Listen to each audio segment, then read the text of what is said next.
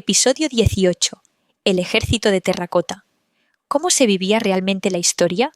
Hola, soy Tessa y te doy la bienvenida a Días de Entonces, donde cada episodio es una máquina del tiempo. Los hechos que vas a escuchar son reales. Quienes los viven, los protagonistas de nuestra historia, son personas inventadas, gente común, como la que de verdad existió entonces. Hoy viajamos a China, hace más de 2200 años, a un taller inmenso donde un ejército entero de soldados de barro espera, en silencio, para proteger a un hombre que tenía tanto miedo de morir que quiso llevarse el mundo entero a la tumba.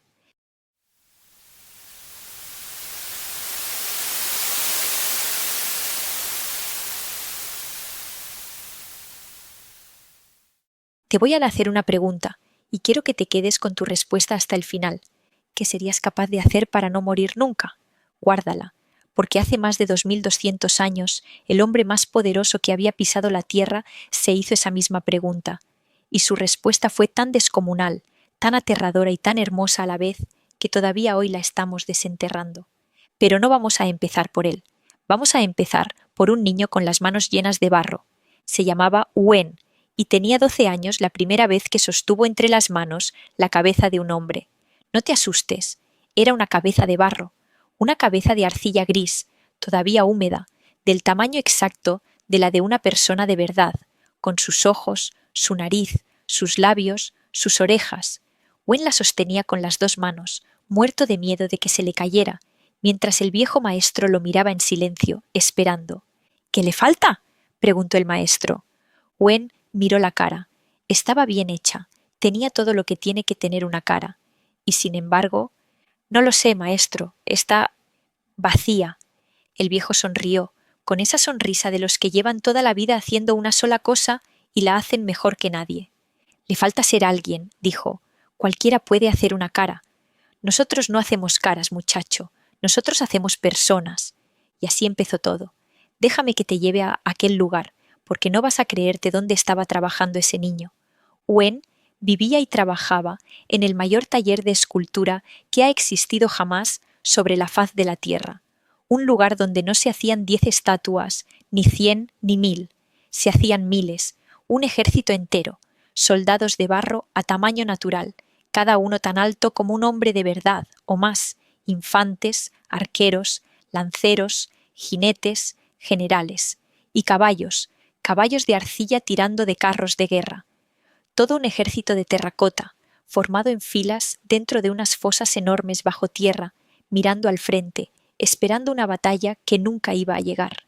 Déjame que te enseñe cómo se hacía uno de aquellos soldados, porque cuando lo entiendas, mirarás la historia de otra manera. Primero, el barro. Lo traían en carros desde el río, montañas de arcilla gris que había que limpiar de piedras y de raíces, mojar y amasar.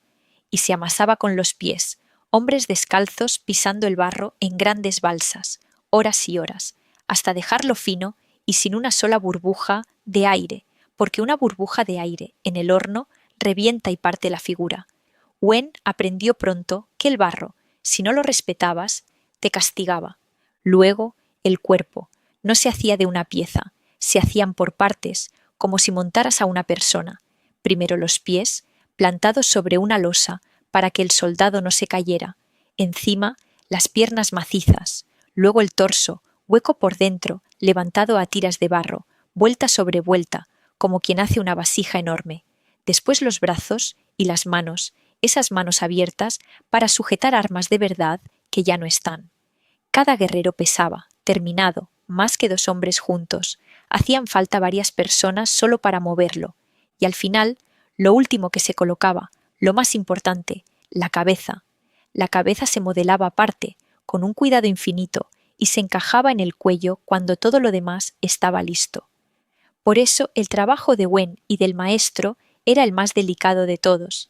Ellos hacían las caras, ellos ponían el alma. Después venía el horno, y el horno daba miedo, eran hornos enormes, y había que cocer las figuras a un fuego altísimo durante días, subiendo la temperatura despacio, porque si ibas demasiado rápido, la figura estallaba y se perdían semanas de trabajo en un instante, con un chasquido seco que a Wen le encogía el estómago. los que atizaban los hornos, eran hombres tostados por el calor, medio sordos del rugido del fuego, que dormían al lado de las bocas ardientes para no dejarlas apagarse nunca. Cuando por fin, tras días, se abría un horno y salían los soldados enteros, duros ya como la piedra, del color rojizo del barro cocido, era una fiesta callada. Y todavía faltaba lo que hoy casi nadie imagina cuando piensa en el ejército de terracota, el color. Porque aquellos soldados no eran grises, los pintaban de colores vivos, chillones, preciosos, túnicas rojas y verdes y azules, pantalones de colores, caras de un tono claro, ojos y cejas y pelo negros, labios rosados, un ejército de barro pintado como si estuviera vivo, 8.000 hombres de todos los colores formados bajo tierra. Guárdate este detalle, porque más adelante te va a doler. Así, pieza a pieza, cara a cara, horno a horno, un ejército entero fue creciendo bajo tierra a lo largo de los años. Y Wen creció con él. ¿Para qué tanto? Aquí está la primera parte del misterio, y para entenderla tienes que conocer al hombre que lo mandó hacer. Así que déjame contártelo, y luego volvemos con Wen. Aquel ejército de barro lo encargó un hombre al que la historia conoce como Qin Shi Huang, el primer emperador de China. Y esas dos palabras, primer emperador, son enormes, porque antes de él China no era China. Era un puñado de reinos que llevaban siglos matándose entre ellos. Él, a sangre y fuego, los conquistó todos, uno por uno, y los unió por primera vez en un solo imperio. Fue él quien empezó a unir los tramos de lo que siglos después sería la Gran Muralla. Fue él quien impuso una sola escritura, una sola moneda, un solo sistema de pesos para todos. Antes de él había muchos pueblos, después de él había un país. Cambió el mundo, y lo sabía. Y para que te hagas una idea de la clase de hombre que era, quédate con esto. Para gobernar un imperio tan enorme y tan nuevo, con mano de hierro, no le tembló el pulso con nada. Se cuenta que para que nadie pudiera discutir su manera de ver el mundo, mandó quemar montañas de libros antiguos, los que no le convenían. Vivía obsesionado con que iban a matarlo, y con razón, porque lo intentaron varias veces. Así que dormía en un palacio distinto cada noche, y tenía tantos palacios conectados por pasadizos que casi nadie sabía nunca en cuál estaba durmiendo de verdad. Nadie podía saber dónde estaba el emperador. Era un hombre rodeado de todo el poder del mundo, y al mismo tiempo absolutamente solo, muerto de miedo, escondiéndose de la muerte que sabía que tarde o temprano vendría a buscarlo por uno u otro camino. Y toda esa fuerza, toda esa voluntad de hierro capaz de unir un continente, la volcó en una idea que lo consumía por dentro, la de no desaparecer jamás. Pero este hombre, que lo tenía todo, el poder absoluto sobre millones de personas, palacios, ejércitos, tesoros, tenía un enemigo que no podía conquistar, uno solo, el mismo que tú y yo, la muerte, y no lo llevaba bien, no lo llevaba nada bien. Cuanto más viejo se hacía, más lo obsesionaba. Mandó a sus sabios y a sus alquimistas por todo el imperio a buscar el secreto de la vida eterna. Envió expediciones por el mar a buscar unas islas legendarias donde, se decía, crecía la hierba de la inmortalidad. Y mientras tanto, por si acaso todo eso fallaba, hizo algo por lo otro lado. Se preparó una segunda vida bajo tierra. Si no podía evitar morir, al menos moriría como había vivido, como emperador de todo, con su palacio, sus tesoros, sus ríos, su cielo y su ejército. Ese ejército era el que estaba haciendo Wen. Ahora vuelve conmigo al taller, que quiero que huelas dónde vivía este niño.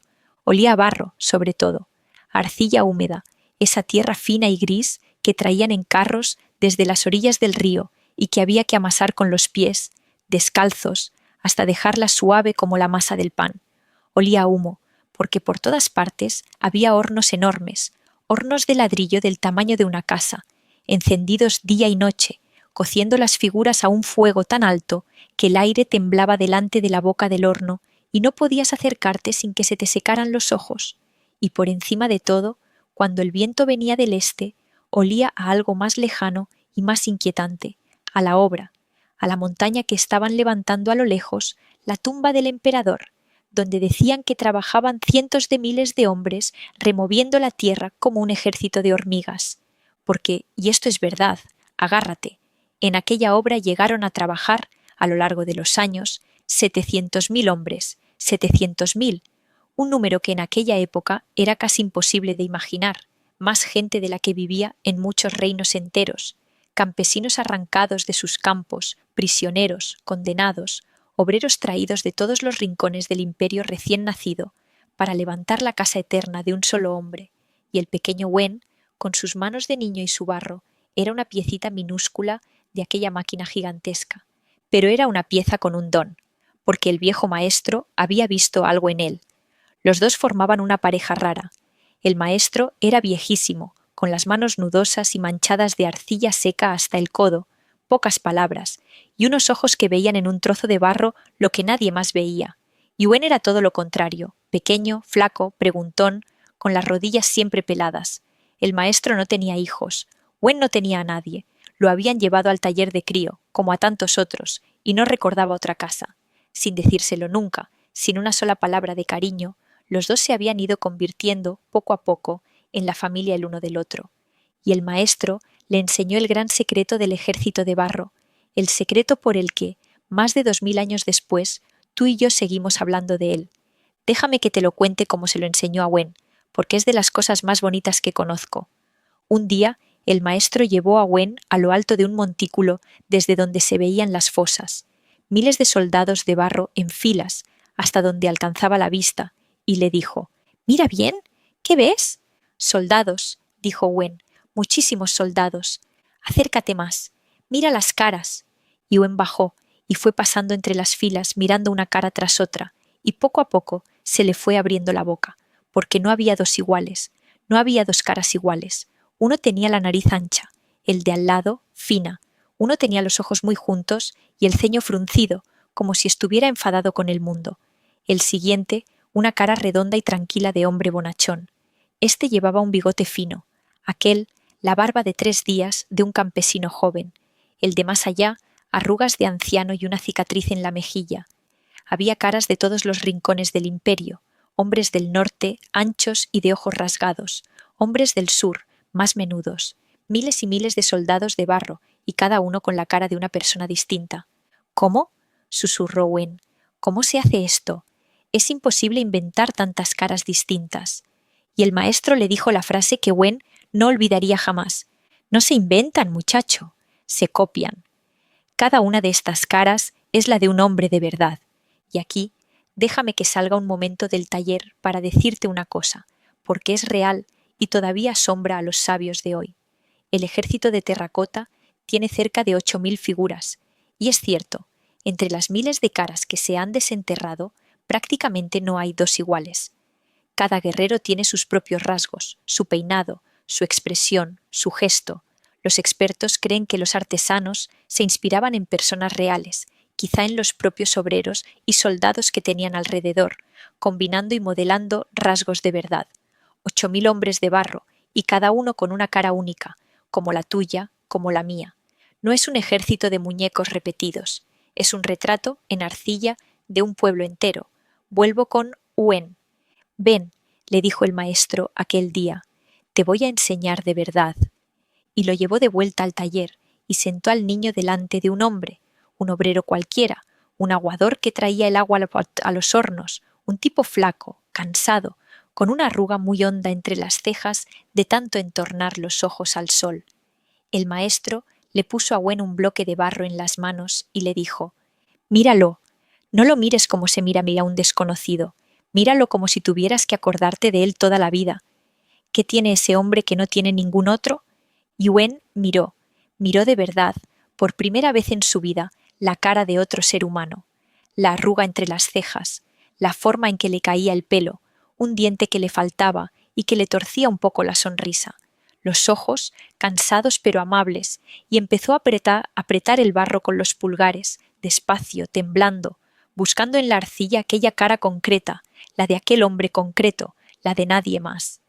Tardó 3 días, y cuando terminó, el aguador se acercó a mirar, y aquel hombre curtido, aquel don nadie al que nunca nadie había mirado 2 veces, se quedó callado delante de su propia cara hecha de barro, y se le llenaron los ojos de lágrimas, porque por primera vez en su vida alguien lo había mirado de verdad, alguien había decidido que su cara cansada y sin importancia, merecía durar.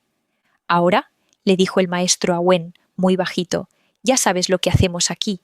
El emperador cree que está haciendo un ejército para protegerse a sí mismo, pero nosotros, muchacho, tú y yo, estamos haciendo otra cosa. Estamos guardando a esta gente, a los que nadie va a recordar. Cuando todos los que hoy estamos vivos hayamos muerto y nos hayamos convertido en polvo y en nada, sus caras seguirán aquí. Eso es lo único que de verdad hacemos los que trabajamos el barro, pelear contra el olvido. Y Wen, con 12 años, entendió que tenía el trabajo más importante del mundo. Solo una vez en su vida vio Wen al emperador, y no se le olvidó nunca. Fue una mañana en que corrió la voz por el taller como un escalofrío. Venía el emperador. Venía a inspeccionar su ejército. De golpe, cientos de personas que llevaban años trabajando allí se pusieron a barrer, a limpiar, a esconderse, muertas de miedo, porque a un emperador así no se le miran a los ojos, no se le habla, no se existe delante de él salvo para servirle. A Wen y a los demás artesanos los formaron a un lado, arrodillados, con la frente pegada al suelo, prohibido levantar la vista. Pero Wen, que era un crío curioso, levantó la vista un segundo, solo un segundo, y vio pasar una comitiva de estandartes, de guardias con armaduras que brillaban, de funcionarios encorvados de tanto inclinarse, y en medio, en un carro, una figura. No vio bien su cara. Vio una silueta envuelta en seda oscura, quieta, mirando las fosas llenas de soldados de barro. El hombre más poderoso de la tierra, mirando su ejército inmortal. Y lo que Wen recordaría siempre no fue el oro, ni los estandartes, ni el poder. Fue una sensación rarísima que le dio en la barriga, la de que aquel hombre, allá en su carro, rodeado de 8.000 soldados que había mandado hacer para que lo acompañaran para siempre, estaba más solo y tenía más miedo que el último de los aguadores que trabajaban a pleno sol. Un hombre que lo tenía todo, mirando un ejército de muertos de barro, para no sentirse solo en la muerte.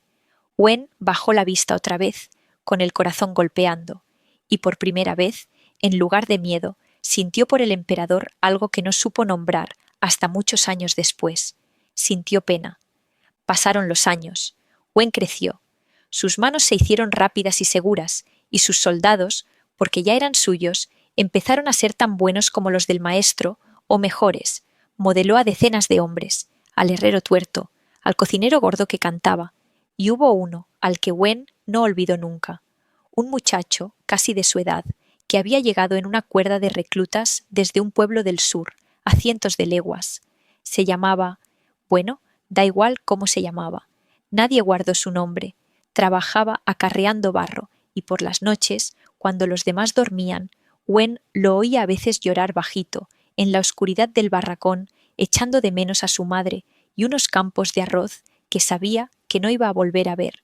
Se hicieron amigos, como se hacen amigos los que no tienen a nadie más.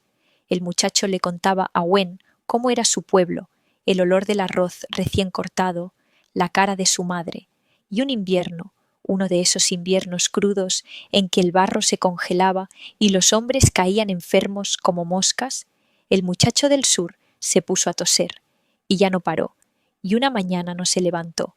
Y Wen hizo la única cosa que sabía hacer contra la muerte.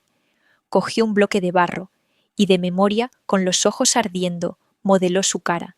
La cara redonda y triste de su amigo, con esos ojos que siempre parecían estar mirando muy lejos, hacia el sur, y lo puso en formación entre los soldados, un chico que en vida no había sido nadie, un número, un par de brazos para acarrear barro, se quedó allí para siempre convertido en guerrero, firme, digno, eterno.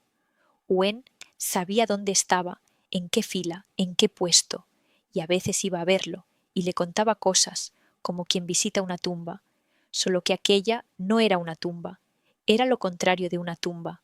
A todos los guardaba en el barro, y cada vez que un obrero se moría, y se morían muchos, del agotamiento, de los accidentes, del frío del invierno y del calor del horno, Wen sentía un consuelo raro y feroz. Ese hombre no había desaparecido del todo, su cara seguía ahí, en formación, mirando al frente, para siempre. Una noche, Wen ya sería un joven de 16 o 17 años. El maestro y él se quedaron los últimos en el taller, con una lámpara de aceite y una figura a medio terminar entre los dos. El viejo estaba cansado, tosía, se le notaba que los años le pesaban ya como sacos de arena, y le dijo a Gwen una cosa que el chico no entendió del todo hasta mucho después. A mí me queda poco, muchacho, no pongas esa cara, es ley de vida. Pero fíjate qué cosa más rara. Yo he hecho, con estas manos, cientos de hombres que van a durar más que yo, mucho más. Yo me voy a convertir en polvo, y ellos van a seguir aquí, firmes, con la cara que yo les di, cuando de mí no quede ni el nombre. Se rió, con una risa suave. ¿Sabes lo que he aprendido en toda una vida metido en el barro? Que no somos nosotros los que importamos, importa lo que hacemos con las manos por los demás. El emperador quiere que lo recuerden a él, y no lo van a recordar por su tumba, ya verás, lo van a recordar por el miedo que dio. Pero a esta gente, y señaló las filas de soldados, ahí fuera, en la oscuridad, a esta gente la van a mirar con ternura, porque nosotros los hicimos con ternura. Y eso, muchacho, el barro lo guarda, el barro se acuerda de las manos que lo tocaron. Gwen no dijo nada. Era muy joven, y las palabras sobre la muerte resbalan sobre los jóvenes, pero se le quedaron grabadas, como se graba una huella en la arcilla blanda, y con los años fueron cobrando sentido, hasta que un día, ya viejo él también, comprendió que su maestro le había regalado, aquella noche, lo único que de verdad tenía para dar, una manera de no tenerle miedo a desaparecer. Y siguieron trabajando, cara a cara, hombre a hombre, peleando, en silencio, la guerra más antigua que existe, la del recuerdo contra el olvido. Pero mientras Gwen guardaba caras, a lo lejos, en la montaña de la tumba, pasaban cosas más oscuras, y el reloj empezó a correr, porque el emperador se estaba muriendo, y aquí déjame contarte la parte más increíble de esta historia, la ironía más grande que conozco. Aquel hombre que lo había hecho todo para no morir, se estaba apagando poco a poco, sin saberlo, en su propio empeño por vivir para siempre. ¿Te acuerdas de que mandó a sus alquimistas buscar el secreto de la inmortalidad? Aquello no fue un capricho pasajero, fue la obsesión de sus últimos años. Mandó llamar a magos, a alquimistas, a curanderos de todo el imperio, y al que le prometía la vida eterna lo colmaba de oro. Envió flotas enteras a cruzar el mar del Este, a buscar unas islas de las que hablaban las leyendas, unas islas donde, se decía, vivían seres inmortales que guardaban la hierba que vence a la muerte. Se cuenta que una de esas expediciones, con cientos de jóvenes a bordo, zarpó hacia el horizonte buscando esas islas, y no volvió jamás. Nadie sabe qué fue de ella. Se los tragó el mar, o encontraron otra tierra, o simplemente no se atrevieron a volver con las manos vacías ante un emperador que mataba al mensajero. El caso es que la hierba de la inmortalidad no llegó nunca, pero sus sabios creían haber encontrado otra cosa, y le preparaban unas pastillas, unos elixires, que el emperador tomaba a diario convencido de que lo harían eterno. ¿Y sabes de qué estaban hechos aquellos elixires de la vida eterna? De mercurio. Sí, de ese metal líquido, plateado, brillante y precioso, y venenoso, un veneno que se va acumulando en el cuerpo, que enloquece, que mata despacio. El emperador se estaba bebiendo su propia muerte, gota a gota, creyendo que se bebía la vida. Y no solo se lo bebía él, porque para su tumba, para su segunda vida bajo tierra, había mandado construir algo demencial. Según contó, poco más de un siglo después, un gran historiador chino, y esto los sabios de hoy lo han comprobado midiendo la tierra. Dentro de la tumba del emperador hicieron un mapa de todo su imperio, un mapa en relieve, con sus montañas y sus llanuras, y por los cauces de aquel mapa, en lugar de agua, hicieron correr ríos de mercurio, ríos de metal líquido y venenoso que representaban los grandes ríos de China, y hasta un mar de mercurio, moviéndose despacio por algún mecanismo, brillando en la oscuridad eterna de la tumba. 100 toneladas, se calcula, de veneno plateado para que el emperador tuviera bajo tierra su imperio entero en miniatura.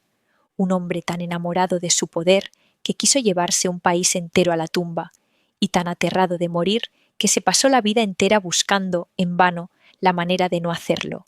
Y quiero que te pares a pensar un momento en el tamaño de aquella locura, porque es difícil de abarcar. No hablamos de una tumba, hablamos de una ciudad entera bajo tierra, un imperio en miniatura para un muerto, una montaña artificial levantada a mano, palada a palada, tan grande que todavía hoy sigue ahí, cubierta de árboles, como una colina de verdad. Alrededor kilómetros de fosas, de cámaras, de tesoros, y para vigilarlo todo, aquel ejército de 8.000 hombres de barro. Cientos de miles de personas trabajaron durante casi 40 años, toda una vida, la vida entera de gente como Wen, para construirle la muerte a un solo hombre. Que un ser humano pudiera ordenar algo así y que millones lo obedecieran, te dice hasta dónde llegaba su poder. Y que todo ese poder inmenso naciera, en el fondo, de una cosa tan pequeña y tan humana como el miedo a morir, eso te dice hasta dónde llega el corazón de las personas, para lo bueno y para lo terrible.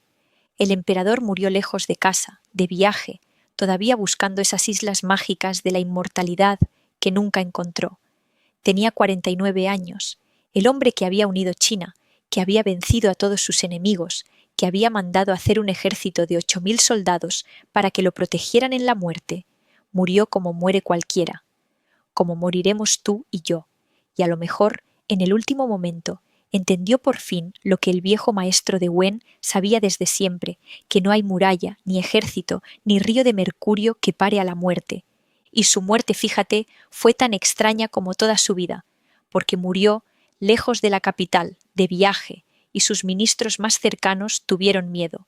Miedo de que, si se sabía que el emperador había muerto, todo el imperio recién unido, cosido a la fuerza, se deshiciera en una guerra. Así que hicieron algo espeluznante, ocultaron su muerte, siguieron el viaje de vuelta a la capital como si el emperador siguiera vivo dentro de su carro. Le llevaban la comida, le pasaban los informes, fingían que descansaba, y como era verano y el cuerpo empezó a oler, se cuenta que cargaron carros de pescado podrido y los pusieron cerca del suyo, para que nadie distinguiera el olor de la muerte del emperador del olor del pescado.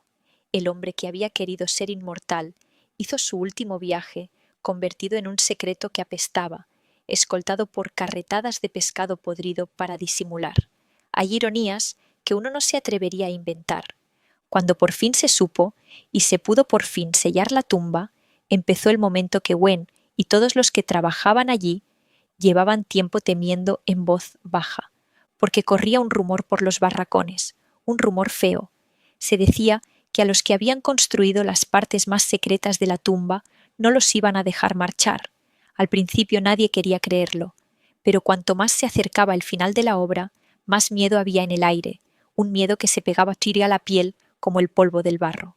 Los hombres hablaban poco, miraban de reojo hacia la montaña de la tumba y rezaban, cada uno a sus dioses, por estar destinados a las fosas del ejército, las de fuera, y no a las cámaras de dentro.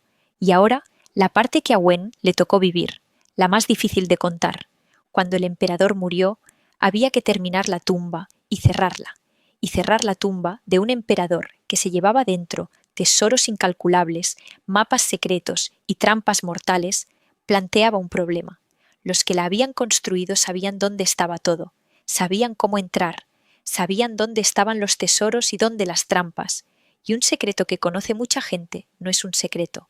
Así que, y esto también lo contó aquel historiador, cuando terminaron las ceremonias y llegó el momento de sellar la tumba para siempre, bajaron la gran puerta de piedra, con los últimos obreros y artesanos todavía dentro. Los que habían construido las salas más secretas quedaron encerrados con el emperador muerto, para que el secreto muriera con ellos. Wen no estaba entre ellos. Wen trabajaba en las fosas del ejército, un poco apartadas de la tumba principal, y a los del ejército de barro no los sellaron con el emperador, pero el viejo maestro, en sus últimos años, por lo bueno que era, se lo habían llevado a trabajar dentro, a modelar figuras para las cámaras más íntimas del emperador. Y no volvió.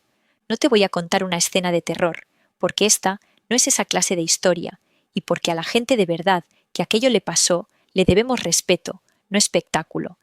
Te lo cuento como se lo imaginó Wen, ya de mayor, muchas veces, al viejo, allá dentro, en la penumbra, oyendo cómo bajaba la piedra y se apagaba la última luz, sin miedo, porque un hombre que ha pasado la vida peleando contra el olvido no le tiene miedo a la oscuridad. Wen quiso creer que su maestro, en aquel último momento, no pensó en sí mismo, que pensó en las miles de caras que había guardado, que se fue tranquilo, sabiendo que él desaparecía, sí, pero que su verdadero trabajo, Toda aquella gente humilde a la que había hecho el favor de mirar de verdad se quedaba Taipru a salvo bajo tierra, esperando, y entonces sellaron las fosas del ejército también, echaron tierra sobre los 8000 soldados de barro, sobre las caras del aguador, del herrero tuerto, del cocinero que cantaba, del muchacho triste del sur, sobre todo el trabajo de la vida de Wen. La oscuridad se los tragó a todos. Wen lo vio cómo las cuadrillas iban cubriendo las fosas, cómo desaparecían bajo la tierra las filas de soldados que él conocía uno a uno, como quien ve hundirse un barco lleno de amigos. Cuando le taparon a su amigo del sur, tuvo que apartar la vista. Se dijo a sí mismo lo que le había dicho el maestro tantos años atrás, que no los estaban enterrando, que los estaban guardando, que la oscuridad no era el final, sino una espera. Pero le costó creérselo aquel día, con la pala de tierra cayendo sobre las caras que había hecho con sus manos. Y cuando la última fosa quedó cubierta y el campo volvió a ser un campo liso, marrón, sin una sola señal de lo que dormía debajo, Wen se quedó un rato largo de pie, mirándolo. Nadie que pasara por allí podría imaginar jamás que bajo sus pies había un ejército entero, un pueblo entero, esperando. Y quizá fue entonces cuando Wen entendió del todo a su maestro, porque lo que habían hecho no era para que nadie lo viera, era un acto de fe, fe en que algún día alguien volvería a levantar aquella tierra y volvería a mirar aquellas caras, aunque tardara 1000 años, aunque tardara 2000, y Wen, ya un hombre, se marchó de allí, y con el tiempo murió también, como todos, y su nombre se perdió como se perdieron los nombres de casi todos los que construyeron aquello, pero las caras no, porque aquí, días de entonces, te tiene guardado el final que ninguno de ellos pudo imaginar. Pasaron los años y los siglos, el imperio del primer emperador cayó, y vinieron otros, y otros, y otros, cayeron dinastías, se levantaron murallas, cambió China entera muchas veces, y bajo un campo cualquiera, olvidado del mundo, sin una piedra ni una señal que dijera lo que había debajo, el ejército de barro siguió en formación, en la oscuridad total, firmes, mirando al frente, esperando una orden que nunca llegaba, durante 2200 años, hasta que un día de marzo de 1974, hace nada, en comparación, en aquel mismo lugar, cerca de la ciudad de Xi'an, unos campesinos se pusieron a cavar un pozo. Buscaban agua, porque había sequía. Cavaron, y de repente la pala de uno de ellos chocó con algo duro, apartaron la tierra, y se encontraron mirando una cara de barro, los ojos, la nariz, la boca, un hombre mirándolos desde el fondo del pozo, desde el fondo de 2000 años. Al principio se asustaron, y no es para menos. Imagínate cavando un pozo en tu campo de siempre, un día de calor, con la boca seca, y que de pronto la tierra te devuelva la mirada de un guerrero de tamaño natural que llevaba 2000 años ahí abajo, en silencio, esperándote. Los hombres del pueblo hablaban de un dios de barro, de un espíritu enterrado, y hubo quien quiso volver a tapar el agujero y salir corriendo. Alguno colgó incienso. No podían ni imaginar lo que habían encontrado. Habían dado, por pura casualidad, buscando agua, con el mayor ejército enterrado de la historia de la humanidad, con las 8000 caras. Y cuando llegaron los arqueólogos y fueron apartando la tierra con pinceles, con un cuidado infinito, mes tras mes, año tras año, fueron saliendo a la luz, uno a uno, el aguador, el herrero, el cocinero, el muchacho triste, todos, con sus rasgos intactos, con sus caras únicas, 2200 años bajo tierra, y seguían siendo ellos. ¿Y te acuerdas del color? De aquel ejército pintado de rojos, verdes y azules, con las caras claras y los labios rosados. Aquí viene lo que te avisé que iba a doler. Cuando los arqueólogos empezaron a sacar las figuras, muchas conservaban todavía su pintura, sus colores de hacía 2000 años, vivos bajo la tierra, pero al tocar el aire, al salir por primera vez a la luz, después de 2 milenios en la oscuridad húmeda, la pintura se rizaba y se caía, en cuestión de minutos. El color de aquellos soldados, el que Wen y los suyos habían dado con tanto cuidado, se desprendía y se convertía en polvo delante de los ojos de los arqueólogos que no podían hacer nada por salvarlo. Por eso hoy, cuando ves las fotos del ejército de terracota, los ves grises, del color del barro desnudo. No eran grises, perdieron su color en el instante mismo de volver al mundo, como un sueño que se deshace justo cuando abres los ojos. Los científicos aún pelean por encontrar la manera de que la pintura no se caiga. Por eso, hay zonas del ejército que todavía no se han excavado. Prefieren esperar, dejarlas bajo tierra, hasta saber cómo salvar los colores. Los soldados de Wen todavía esperan, ahí abajo, algunos con su color intacto, a que sepamos mirarlos sin borrarlos. Pero sus caras, esas, resistieron. Déjame que te cuente lo que hay hoy en aquel lugar, porque cuesta creerlo. Lo que empezó con un pozo se convirtió en una de las excavaciones más grandes del mundo. No había una fosa, había varias, enormes, del tamaño de campos de fútbol, con miles de soldados en formación de combate, por rangos, con sus generales, sus arqueros, su caballería. Se encontraron carros de bronce magníficos, armas de verdad, espadas, ballestas, miles de puntas de flecha, y hasta figuras que no eran guerreros, acróbatas, músicos, funcionarios. No era solo un ejército, era un mundo entero, la corte entera del emperador, hecha de barro para acompañarlo en la eternidad. Y a Piraria un paso de allí, bajo una colina cubierta de árboles que parece una montaña natural, sigue la tumba, la de verdad, la del emperador, cerrada, nunca abierta, con sus ríos de mercurio dormidos en la oscuridad esperando. Los arqueólogos la tienen delante, saben dónde está y no entran, por el veneno, por el respeto, por miedo a destruir lo que quiera que haya ahí dentro. Así que el mayor misterio de todos sigue sellado, exactamente igual que el día en que bajaron la última piedra, hace 2200 años. Puede que sea el mayor secreto sin abrir que le queda a la humanidad. El emperador quería vivir para siempre y no lo consiguió. Murió como cualquiera, y de su cuerpo no queda nada que hayamos visto, encerrado en una tumba de veneno que todavía hoy nadie se atreve a abrir. Pero los don nadie, los obreros, los aguadores, los cocineros, la gente sin nombre a la que un viejo maestro y un niño decidieron mirar de verdad, esos sí, esos han vencido a la muerte. Hoy los mira, cada año, gente venida de todo el planeta. Millones de personas cruzan el mundo para plantarse delante de ellos y mirarlos a la cara. Justo lo que quería el viejo maestro, justo aquello por lo que peleó toda su vida. Ganaron ellos, ganó el barro, ganó la gente común. Todo lo que te he contado del emperador y de su ejército es verdad. Qin Shi Huang fue el primer emperador de China.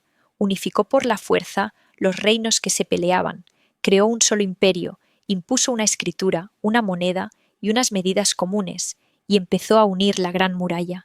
Es verdad que estaba obsesionado con la inmortalidad, que mandó buscar el elixir de la vida eterna y que lo más probable es que muriera hacia el año 210 a.C., con unos 49 años, envenenado precisamente por el mercurio de esos elixires.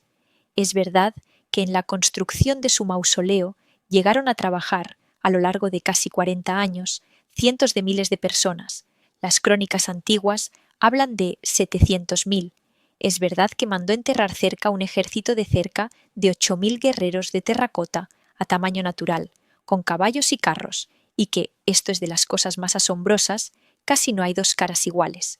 Cada guerrero tiene rasgos propios, y se cree que los artesanos se inspiraron en personas reales. Iban pintados de colores vivos y llevaban armas de bronce de verdad, algunas todavía afiladas al desenterrarlas. Es verdad que la tumba del emperador, la cámara donde está él, sigue sin abrirse hoy. El historiador Sima Qian escribió, un siglo después, que dentro hay un mapa del imperio con ríos y mares de mercurio que corrían por mecanismos y ballestas cargadas para disparar a quien entrara, y que a los obreros que conocían los secretos los encerraron dentro al sellarla. Y lo más increíble, mediciones modernas han detectado en esa colina niveles de mercurio muy altos, justo donde estarían los ríos. Por ese veneno, y por miedo a destruir lo que hay dentro, los arqueólogos todavía no se atreven a abrirla. Y es verdad que el ejército se descubrió por casualidad, en marzo de 1974, cuando unos campesinos cavaban un pozo cerca de Xi'an. De Wen y del viejo maestro, en cambio, la historia no guarda registro, porque son de ficción. No sabemos los nombres de los artesanos que modelaron aquellas caras, pero existieron a miles, y sus manos hicieron lo que te he contado, y me gusta pensar que alguno de ellos, alguna vez, entendió lo que estaba haciendo de verdad, que mientras el emperador peleaba por su propia inmortalidad y la perdía, ellos, sin querer, le estaban regalando la eternidad a la gente más humilde de su tiempo. Este episodio es para ellos, para las manos sin nombre, que ganaron la única batalla que importa. Esos son los días de entonces, los días en que las personas comunes vivieron los momentos extraordinarios.